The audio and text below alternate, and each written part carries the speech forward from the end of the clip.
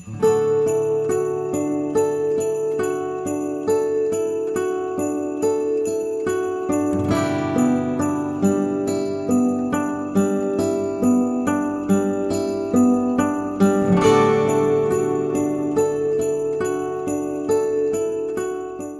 everybody, welcome back to Milwaukee Beer Review and the Advent Calendar series. As always, I'm Josh. I'm Ross.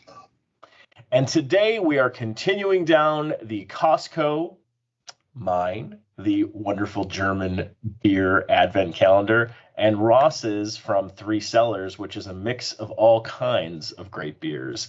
So we didn't really talk about who was going to go first tonight. You kick us off. I think I'll kick things off tonight. So, continuing with our tradition, last night's episode, I had a fantastic Weizenbock. It was really, really tasty. Probably the best one in the bunch. Costco took the opportunity to bring me right back to reality again tonight with another German Pilsner. So this one is called Landgang. It is a Pilsner from Landgang Brauerei. So I guess this is just, they named it their brewery name as a Pilsner. It's kind of got this like crazy looking, like, I don't know, like ninja warrior or sailor warrior or something. He's got a hop on his hat. So I don't know. This thing comes in at 5% even, so similar to the other beers of this type, this class. So I'm going to crack this thing open. Again, I'm expecting a pretty well-filtered, pretty standard golden-looking lager here, as this is a Pilsner. So it's going to look a lot like a Miller Lite coming out of this can, as you are seeing on camera.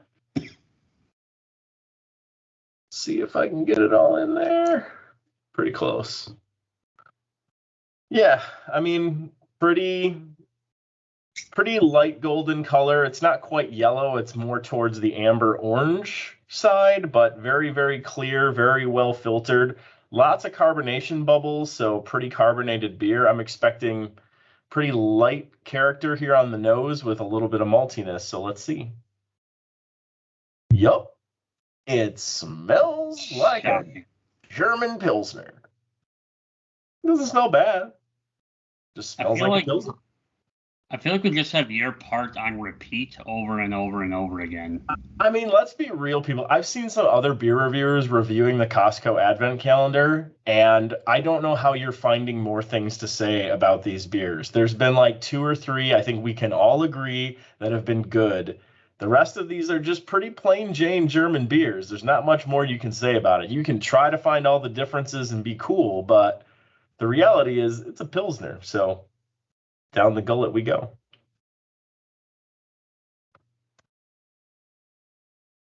Yeah.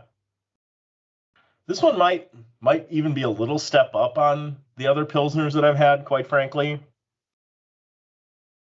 This one tastes like a little bit maltier, which I think gives it just a little bit better mouthfeel. There's, a bit of a hop bitterness on this too, but it's nothing crazy, right? It's a Pilsner. There's nothing insane going on from a hop perspective here, but it's a very drinkable, very sessionable German style beer. That's all I got to say tonight, folks. Looking for this calendar to sweep me off my feet at some point. The Weizenbock did, but you got to do it more than once. That was really good, actually. I really enjoyed that one. Yeah, it was.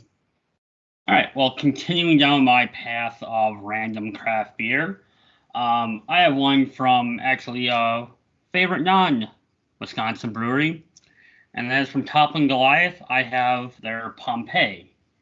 So this is a Mosaic hopped IPA. Once again, I forgot to look up the ABV or anything on the beer before we started because I am an idiot.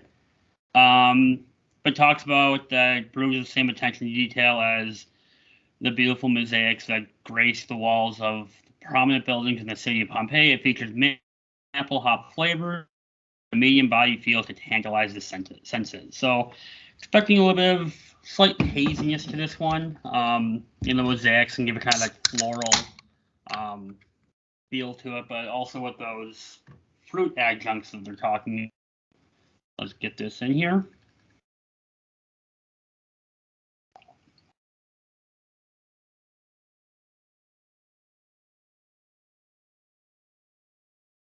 So a little haze to it, but a little transparent as well. This isn't going to be a New England or hazy IPA, but it's definitely got a little bit of haze to it. Good head on it. Looks like a nice IPA. So on the nose, getting that floral from the mosaic hops. Pineapple's coming through, so they got a little bit of citrus along with the mango, which is actually real nice. It's really fragrant in a nice way. It's no bitterness I'm getting on the nose. So I get foam on my nose. You did get some on the nose. So that was bitterness. Yeah. So all right. Well, cheers. Cheers, my friend.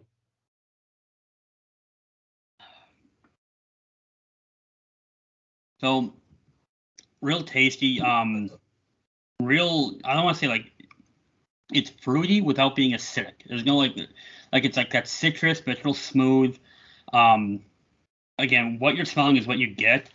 Very similar. I think everyone's probably who had anything from Toppling Glass have probably had Pseudo Sue. Very similar to this, except it's got just a little bit more kind of fruit notes and fruit forwardness to it. Really good. No bitterness at all on this. I'm not getting any bitterness on it compared to what you think IPAs would be. Real smooth. Well, it doesn't look exactly like a hazy or New England IPA. It tastes very similar to that. So, quite good.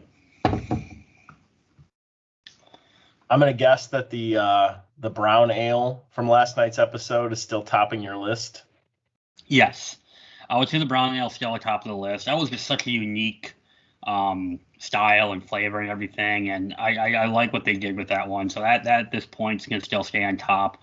I'll say this, Lovey, as someone who's not a huge IPA fan, the 3 IPAs I've had so far have all been phenomenal. I've really enjoyed all of them. So that's good to see, and it's refreshing. So yeah, that's huge for you since it's not your traditional typical style. Well, good stuff. Well done, Three Cellars. Good try, Costco.